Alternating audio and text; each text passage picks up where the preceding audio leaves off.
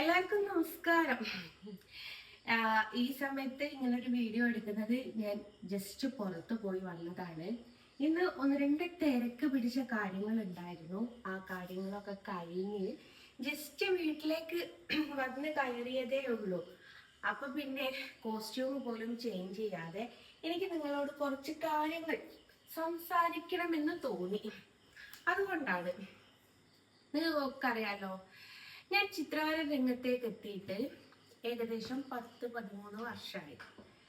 2013 14 ആ കാലഘട്ടങ്ങളിലാണ് ഞാൻ വരച്ചു തുടങ്ങിയത്. ഇപ്പൊ 2026 അപ്പൊ നമ്മളിപ്പം ഓരോ ദുരന്തങ്ങളും ഓരോ ബുദ്ധിമുട്ടുകളും നമ്മുടെ നാടിനും വീടിനും ചിലർക്കൊക്കെ വരുന്ന സമയത്ത് നമ്മൾ വിചാരിക്കും, ഇതുകൊണ്ടൊക്കെ അവര് എന്താക്കി, ഈ വർഗീയത ഉപേക്ഷിച്ചായിരിക്കും എന്ന് ചിന്തിക്കും. എന്നാൽ ചുമ്മാതാട്ടോ, അങ്ങനെയല്ല. ഏതൊരു കാര്യത്തിലും എല്ലാവരും വർഗീയതയും കൊണ്ടിട്ടാണ് നടക്കുന്നത്. അതൊരാൾ നന്മ ചെയ്താലും അവിടെ തിന്മ ചെയ്താലും അവർക്ക് വർഗീയത വിട്ട ഒരു പരിപാടിയുമില്ല. നമ്മൾ ചെയ്യുന്നതിൻ്റെ നല്ല വശത്തെ അവരൊരിക്കലും നോക്കുന്നില്ല. അവർ നോക്കുന്നത് നമ്മൾ ചെയ്തു വെച്ച ഒരു ദോഷവശം. ആ ദോഷവശമാണ് ഇസ്ലാം മതത്തിൽ ജനിച്ചു വളർന്ന് കൃഷ്ണനെ ഉപജീവന മാർഗമാക്കിയ ഈ ഒരു പെൺകുട്ടി എന്നുള്ള രീതിയിലാണ് അവരെന്നെ കണക്കാക്കുന്നത്. ഇതിനു മുമ്പേ എൻ്റെ ഉമ്മാന്റെ സഹോദരന്റെ മകൻ ഒരിക്കൽ എന്നെ വിളിച്ചു പറഞ്ഞു, നീ ചെയ്യുന്ന തൊഴിൽ നിന്റെ എത്രത്തോളം മോശമാണ് എന്ന് നിനക്ക് ഓർമ്മയുണ്ടോ? അതിനെക്കാട്ടിലും നിനക്ക് പറ്റിയൊരു തൊഴിലുണ്ട്, വേശ്യാവൃത്തിക്ക് ഇറങ്ങിക്കോ. അതിന് വേണേ ഞാൻ ഉണ്ടടോ നിന്റെ കൂടെ, ഞാൻ കൊണ്ടുപോരാം.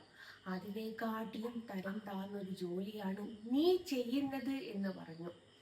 അന്ന് അതെനിക്കൊരു വലിയൊരു ഷോക്കായി മാറി. ഞാൻ മരണത്തിനോട് വരെ മല്ല് പിടിക്കാൻ പോയി. അപ്പൊ അവിടുന്നൊക്കെ റിക്കവറായി സമൂഹം ഇങ്ങനെയാണ് എന്നൊക്കെ എല്ലാവരും എന്നോട് പറഞ്ഞു തന്ന് ഞാൻ ഏകദേശം സമൂഹത്തിനോട് ഇങ്ങനെ പൊരുത്തപ്പെട്ടൊക്കെ പോരുമായിരുന്നു. അങ്ങനെ പോന്നുകൊണ്ടിരിക്കുമ്പോഴും ഞാൻ പലപ്പോഴും ചിന്തിക്കാറുണ്ട്, എൻ്റെ ഉമ്മ വീട്ടിലേക്ക് എന്തുകൊണ്ട് എന്നെ കയറ്റുന്നില്ല എന്ന്. അവരെന്തുകൊണ്ടാണ് എന്നെ കയറ്റാത്തത് എന്ന്. ആ ചോദ്യത്തിനൊക്കെ ഉള്ള ഉത്തരം ഇന്ന് എനിക്ക് കിട്ടി. വിശപ്പിനെക്കാട്ടിലും വലുതാണ് മതം എന്നുള്ള ഒരു വാക്ക്. അതിൽ കൂടെ മനസ്സിലാക്കാൻ പറ്റുന്ന ആൾക്കാരുണ്ട്, മനസ്സിലാക്കുക. കാരണം നമ്മളൊരാൾക്ക്, ഒരു പാവപ്പെട്ട ഒരാൾക്ക് വിശപ്പിന് ഒരു എന്താ പറയാ, എന്തെങ്കിലും ഒന്നും നമ്മളാൽ കഴിയുന്ന ഒരു സഹായം സഹായിച്ചതിൻ്റെ പേരിൽ എന്നെ ഇന്ന് അവര് ക്രൂരമായിട്ടും എന്താ പറയാ, മർദ്ദനം ശരീരത്തിലാണ് എനിക്ക് വിഷയമില്ല, പക്ഷെ മാനസികമായിട്ട് മർദ്ദിച്ചോണ്ടിരിക്കുക. എന്ത് തെറ്റാ സുഹൃത്തുക്കളെ ഞാൻ ചെയ്തത്? അതും കൂടി പറയുന്നുണ്ട്. ഈ മതം ഇങ്ങനെ തലക്ക് പിടിച്ച് ഭ്രാന്തായി നടക്കുന്നുണ്ടല്ലോ. അത് നിങ്ങളുടെ ഇഷ്ടമായിരിക്കാം, പക്ഷെ അവനവന് ഇഷ്ടപ്പെട്ട രീതിയിലും ജീവിക്കാൻ ഇവിടെ ഭരണഘടന അനുവദിച്ചിട്ടുണ്ട്. ഒരിക്കലല്ല, 2 പ്രാവശ്യമല്ല, 3 പ്രാവശ്യം ആത്മഹത്യക്ക് ശ്രമിച്ച ഒരാളാണ് ഞാൻ. ഇപ്പോഴും ചോദിക്കും, എന്റെ കാലിന്റെ ഒരു വിഷയം വന്ന സമയത്ത് പലരും ചോദിച്ചിട്ടുള്ള ഒരു ചോദ്യമാണ്, നീ ഇനിയും ചത്തില്ലേ എടീന്ന്. ഞാൻ ചത്തോളാം, വെയിറ്റ് ചെയ്യൂ. ചത്ത് കഴിഞ്ഞതിന് ശേഷം നിങ്ങൾ ആരും എന്നെ കുറിച്ച് നല്ലത് പറയാൻ വരരുത്. നിങ്ങൾക്കൊക്കെ ആവശ്യം ഞാൻ ഈ ഭൂമിയിൽ നിന്നും ഇല്ലാതാവുക എന്നുള്ള ഒറ്റ കാര്യം മാത്രമേ നിങ്ങളുടെയൊക്കെ മനസ്സിലുള്ളൂ. പക്ഷെ നിങ്ങൾ ഓർക്കുക, എൻ്റെ താഴെ 2 മക്കളുണ്ട്. അവരെ കുറിച്ചെങ്കിലും നിങ്ങളൊന്ന് ഓർത്തു നോക്കൂ. ഒരു തെറ്റും ചെയ്യാത്തവരല്ലേ അവര്? ഞാൻ ജന്മം നൽകി എന്നുള്ള ഒരു തെറ്റാണ് നിങ്ങളൊക്കെ അവരിൽ കാണുന്നതെങ്കിൽ അവർക്കതൊരു തെറ്റായിട്ട് കാണുന്നില്ല. അവർക്കെന്നും അവരുടെ ഉമ്മ വലുത് തന്നെയാണ്. അവരുടെ ഉമ്മനെ എപ്പോഴും അവർക്ക് ചേർത്ത് പിടിക്കുക തന്നെ ചെയ്യണം എന്ന് പറയുന്നുണ്ട്. അപ്പോ ഇങ്ങനത്തെ ഒരു അവസ്ഥ ലോകത്തായ ആൾക്കും വരാതിരിക്കട്ടെ. ഒരു കൃഷ്ണനെ വരച്ചതിന്റെ പേരിൽ എന്തൊക്കെ പീഡനങ്ങളാണ് ഞാൻ അനുഭവിച്ചുകൊണ്ടിരിക്കുന്നത്. ഇതിനൊക്കെ ഒരു മാറ്റമില്ലേ? ഞാൻ അറിയാനിട്ട് ചോദിക്കുക. നിങ്ങളൊന്ന് ചിന്തിച്ചു നോക്കൂ.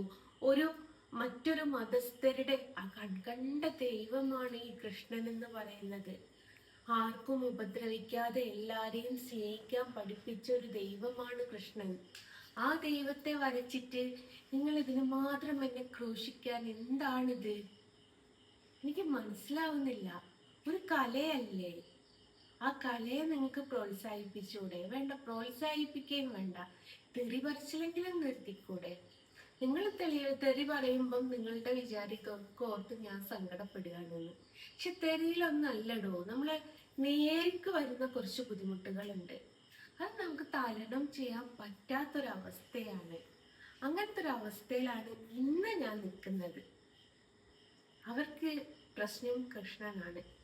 എന്നാലോ കൃഷ്ണനെ വിട്ട് ഞാൻ പോവുകയില്ല.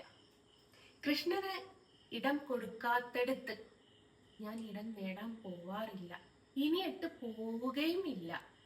അതൊരിക്കൽ കൂടി നിങ്ങളെ ഓർമ്മിപ്പിക്കാനും കൂടി വേണ്ടിയിട്ടാണ് ഇങ്ങനൊരു വീഡിയോ എടുക്കുന്നത്. നിങ്ങൾ വിചാരിക്കായിരിക്കും, നിങ്ങളിൽ 4 പേര് എന്നോട് മുഖം കറുപ്പിച്ചാൽ കൃഷ്ണനെ വിട്ട് ജസ്ന അങ്ങ് വന്നു എന്ന് നിങ്ങൾ കേൾക്കുകയായിരിക്കും. ഒരിക്കലുമില്ല.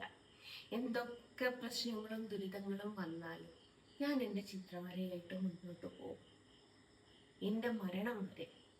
അപ്പം നിങ്ങൾക്ക് എന്ത് ചെയ്യാൻ പറ്റും? എന്നെ അങ്ങ് ചെയ്താളാൻ പറ്റും. അല്ലാതെ നിങ്ങൾക്ക് ഇതിനൊരു പോം വഴിയില്ല.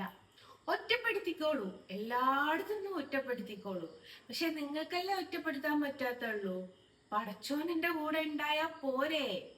വേറെ എന്ത് വേണം മക്കളെ? അതെന്റെ കൂടെ ഉണ്ട്.